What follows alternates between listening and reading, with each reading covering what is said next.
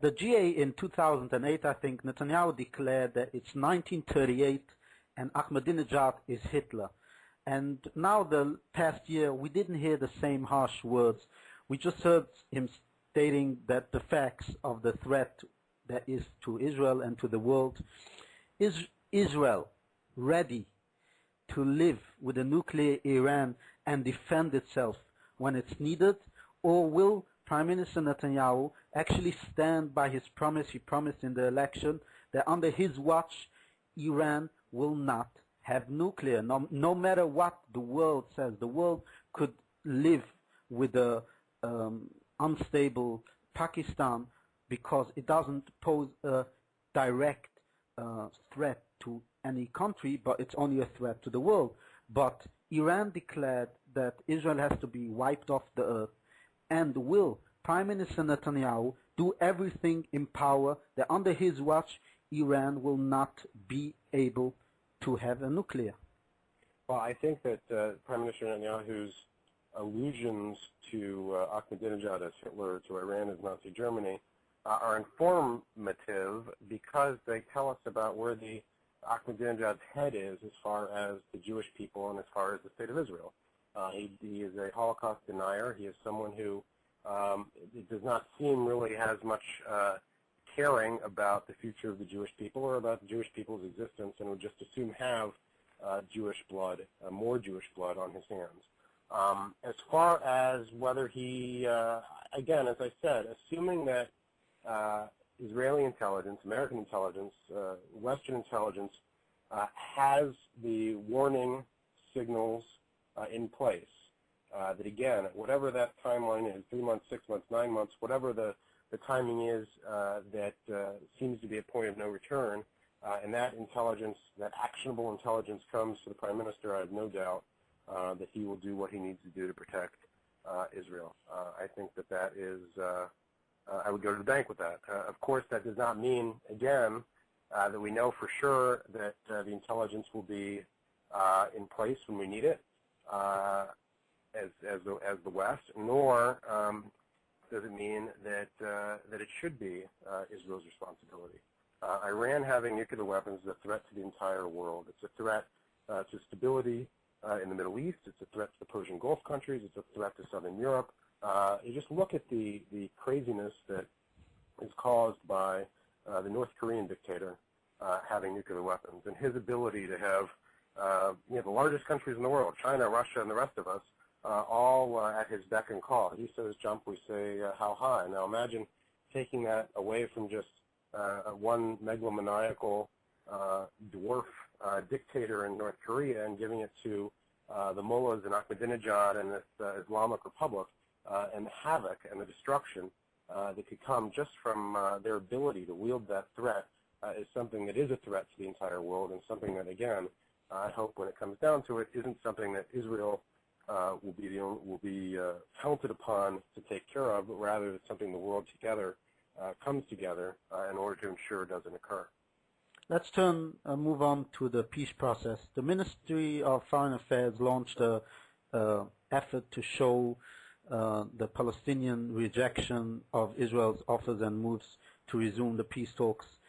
From the other hand, as I said before, Rahm Emanuel was quoted this week that the U.S. is fed up with the Israelis and the Palestinians dragging time, and that the U.S. will pull out if they see there's no progress. Doesn't the Obama administration see the realistic facts and undermining the effort that Israel has done, all efforts towards peace, and the Palestinians were just rejecting it?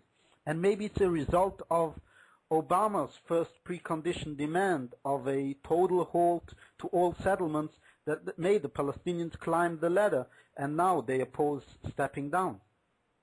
Well, on the report in Yediot and in on Army Radio about Rahm Emanuel's conversation with Dayan in Los Angeles, the Consul General, both the Israelis and the Americans have denied that the conversation took place as reported. In the Jerusalem Post yesterday, both the White House and Ambassador Oren said that Rahm Emanuel did not express himself in the way that you characterized, that those two media outlets characterize themselves.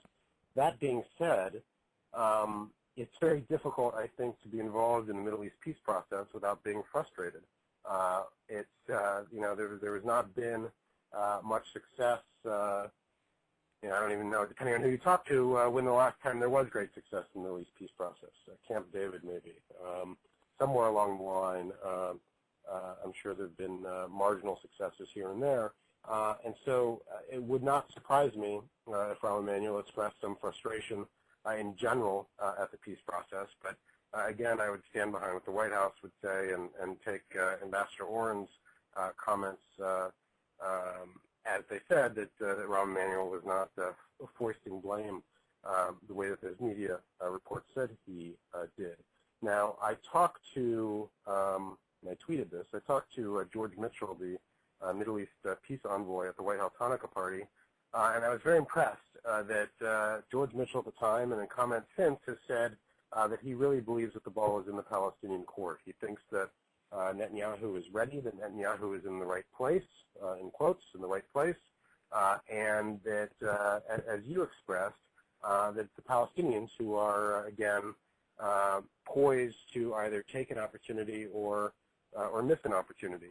And so my sense is that's where the government, the U.S. government stands at the moment. That's where George Mitchell stands. And, George Mitchell is someone who is, at best, very much in the middle of the road and someone who's been very engaged and involved in this peace process and would be as frustrated as others. And so I take him at his word that that's his feeling for where the U.S. government feels the peace process stands now, that, again, the ball is in the court of the Arabs and the Israelis are in a place that the U.S. government is comfortable with as it relates to the peace process.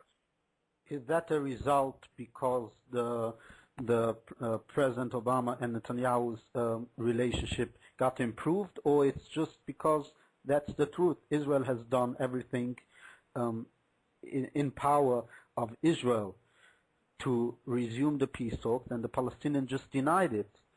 I think it's a combination of both. I think it's an insightful question on your part, but I think it's I think it's both. I think that over these last 10 months, 8 months, the Obama and Netanyahu administrations have walked down a path together and have greater understanding of what each side is interested in and what each side needs.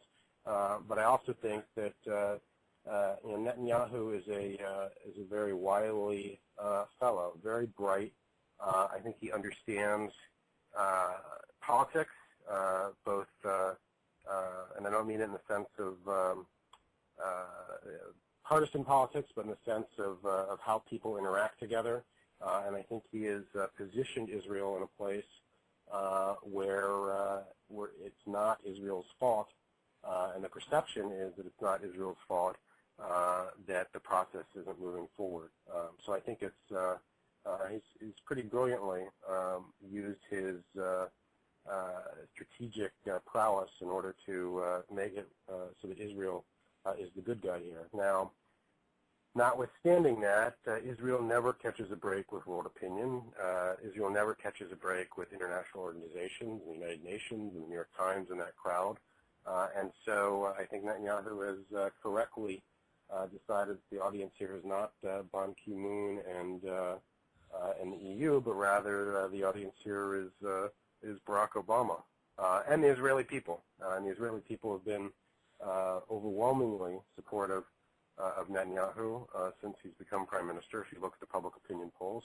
And so I think with those two supports in his pocket, the Israeli public as well as the American administration, Netanyahu is really, as they say here in the United States, sitting in the catbird seat, really in control and in control of the options and of the circumstances on the ground.